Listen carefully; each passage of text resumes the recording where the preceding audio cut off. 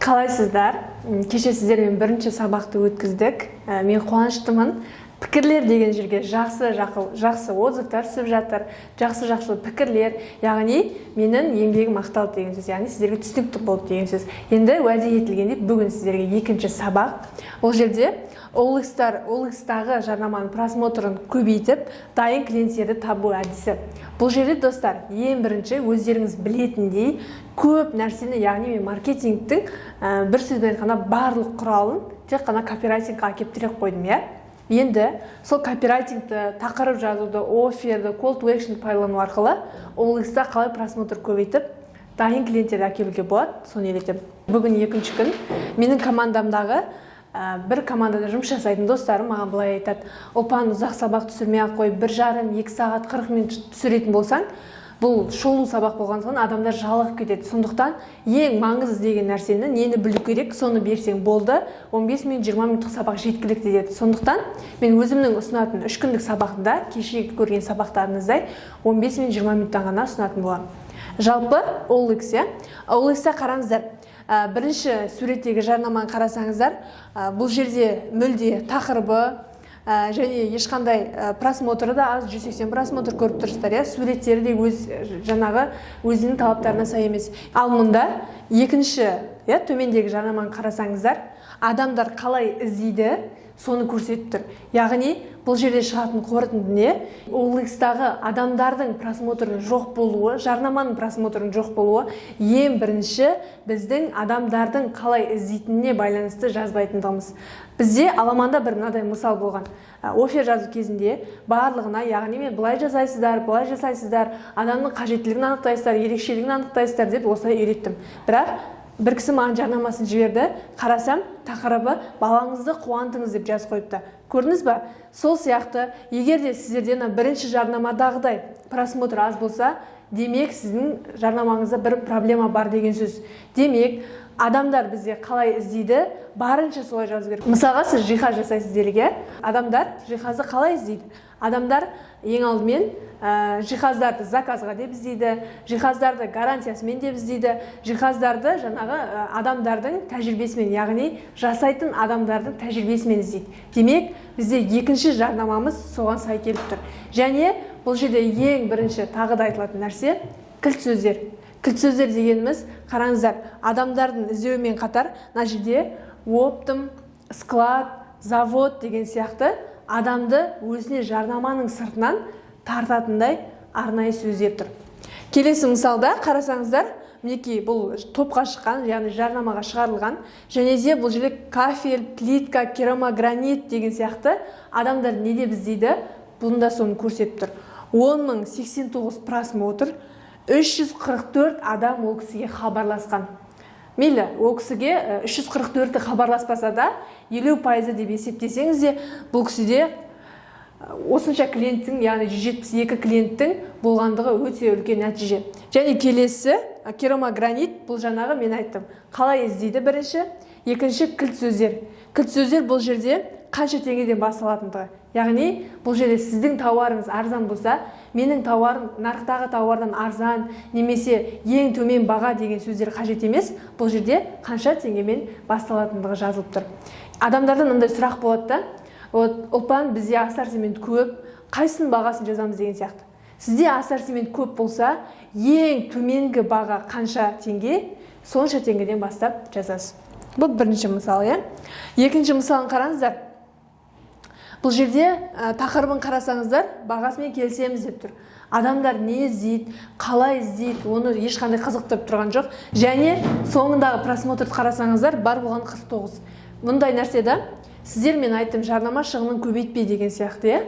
Сіздер мынадай тақырыпқа қанша жерден сіздер үйіп төгіп ақша салсаңыздар да, адамдар сіздерді іздемейді.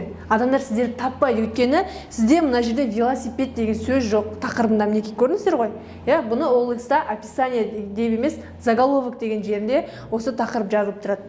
Келесі мысал, қараңыздар, велосипед Қазақстан шоссейный деп тұр. Бұл жерде де просмотр 20 ғана, ешқандай жарнаманың мәтіні жоқ. Адамдардың, мен айтқандай, кілт сөздері жоқ, адамдардың толығымен қалай іздейтін варианттар жоқ. Мысалға, адамдар велосипед, спортивный велосипед деген сияқты түрлі форматта іздейді. Демек, мен айтқандай, бірінші ереже адамдар не деп іздейді, соны жазамыз. Екінші ереже кілт сөздерді қолданамыз. Енді OLX үшін маңызды элементтер бар. Жалпы сатылым сүзгісі деген нәрсе болады. Әрине, мен үлкен тема, оны мен қазір 2 жылдан бері өзімнің тренерствома қатысқан адамдарға және аламанда осыны көрсетіп, үйретіп жүрмін, бірақ аз уақыттың ішінде оны түсіндіру мүмкін емес, бірақ сіздерге сол маңызды ақпараттар, маңызды жерлерін көрсетейін. Жалпы сатылым сүзгісі деген ол сіздер клиенттерді қай жерден жоғалтып жатырсыз.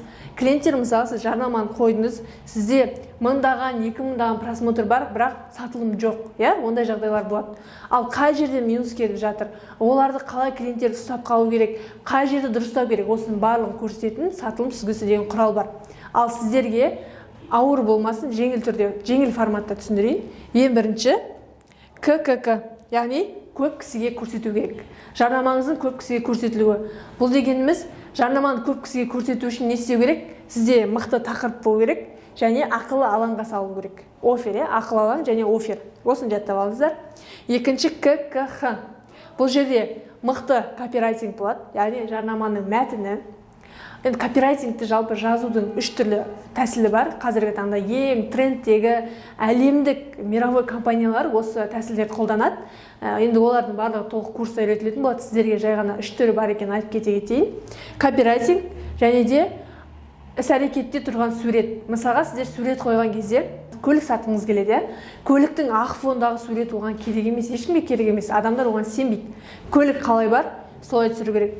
Мысалға, көлік сатасыз делік, көйлекті де жай ғана вышивкаға іліп қойып, немесе манекенде тұрған керек емес, оны адамның жаңағыдай боянып, шашын дұрыстап, әдемілеп тұрған қызың, яғни соның суретін қою керек деген сияқты. Екінші ереже осы. Үшінші ереже көп кісі алады.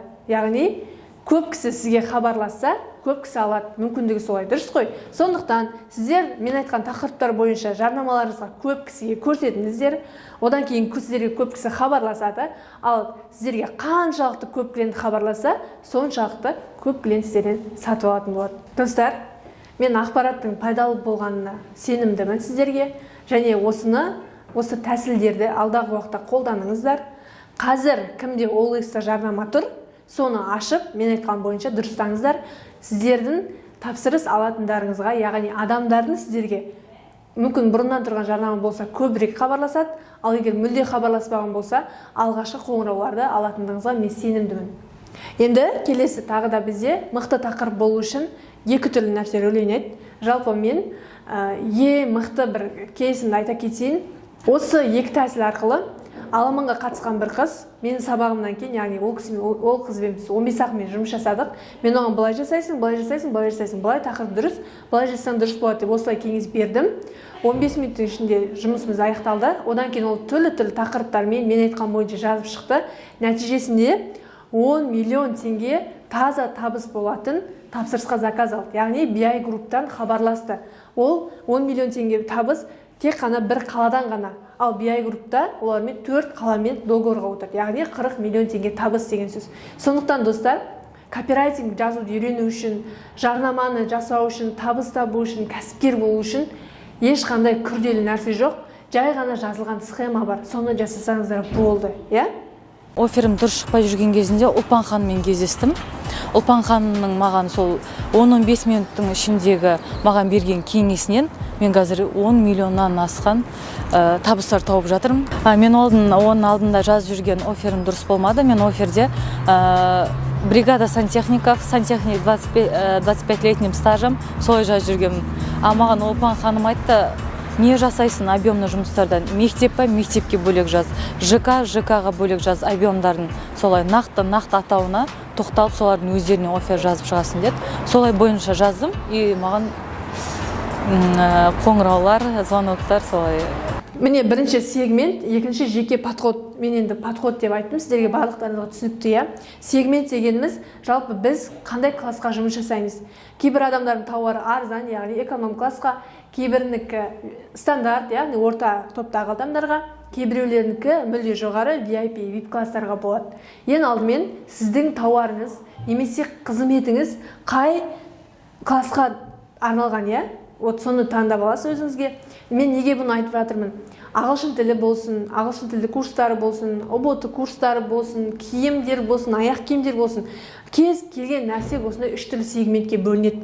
Енді бұл жерде қараңыздар, егер сіздің аудиторияңыз, яғни эконом класстар, ақшасы аз адамдар болатын болса, онда оларға нарықтағы бағадан сіздің өніміңіздің арзан болғандығы маңызды. Дұрыс қой? Ал VIP класс болса, оларға сіздің арзандығы, қымбаттығы маңызды емес, оған сапасы, жасалу уақыты немесе доставка деген сияқты сол заттар маңызды. Сондықтан бірінші сегментті анықтап алыңыздар. Жақсы ма? Соған қарап жаза бересіздер. Сегментте енді мына нәрсені ескере кетейік. Мысалға, егер сіздің тауарыңыз, мысалға сіз тағы да жиһаз мысалмен келтірейін, жиһаз жасайтын болсаңыз, онда жарнамаңыздың соңына VIP класс деп жазып кету керек. Яғни сізді ақшасы жоқ адамдар мазаламайтын болады. Бұл дегеніміз сіздің әрбір уақытыңыз бағалы, сондықтан мынандай нәрсені түсіну керек та. Егер сіз жиһаздарыңыз кемі 3 миллион теңгеден жоғары жасайтын болсаңыз, сізге 200 мың теңгесі бар адам тапсырыс бермейді. Сондықтан сегмент маңызды. Келесі жеке подход. Бұл дегеніміз сіздің целевая аудитория деп айтады. Сіздер естіген боларсыздар, осы уақытқа дейін сіздің тауарыңызға қызығушы, сіздің тауарыңызды тұтынушы адамдардың тізімі, яғни бізде менен алуы мүмкін адамдар деп айтамыз. Қазақша біз өзіміз аударып, осыны адамдарға солай түсіндіріп жүрміз. Енді қараңыздар, сіздер мысалға ағылшын тілінің мысалымен келтіріп кетейін. Ағылшын тілін сіз үйрететін курс бар сізде делік, Сізде кім оқиды? Студенттер оқуы мүмкін, оқушылар оқуы мүмкін, жұмыс жасайтын адамдар оқуы мүмкін, бір жұмысқа орналасу үшін. Келесіде кәсіпкерлер оқуы мүмкін деген сияқты. Өйткені олар шетелге шығады, ол кісілерге деловой, яғни іскерлік қарым-қатынаста ағылшын тілін меңгеру керек болады. Енді не істейміз? Біз әрқайсысына жеке-жеке, яғни жеке-жеке ұсыныс жазамыз. Студентке маңызды не нәрсе? Оған бағасы. Ата-анаға маңызды не нәрсе? Баласының деңгейін көтерілгендігі маңызды. Бизнесменге не маңызды? Оларға өзінің ағылшын тіліндегі деңгейін қысқа уақыттың ішінде, яғни шетелге кеткенше көтеріп алу. Яғни жеке подход. Әр аудиторияға жеке-жеке жарнама жіберсеңіздер, сіздерге келетін клиенттердің барлығы, яғни сатып алуға дайын болып келеді. Бізде жаңағы көрсеткен Наргизаның мысалы дәл осылай жасалған болатын. Ол кісі мектептерге, яғни сантехникалық қызметпен айналысты. Мектепке жеке. Сіздер жаңа видеода көргендеріңіздей Наргизаның мысалы сияқты әр аудиторияға жеке-жеке жарнама жібересіздер. Наргиза жаңа өзі айтқандай, мектепке бөлек, үлкен көпқабатты үйлерге бөлек, жеке үйлерге бөлек, тендермен айналысатындарға бөлек жарнама жіберді. Сондықтан оған сатып алуға дайын, ақшадан қиналмайтын адамдар келе бастады. Достар, сабақ ұнады деп ойлаймын. Пікірлер деген жерге бүгінгі сабақтан алған 3 түрлі инсайтыңызды жазып кетіңіз және практикада қолданып тәжірибеңізбен бөлісіңіз. Ертең бізде соңғы сабақ.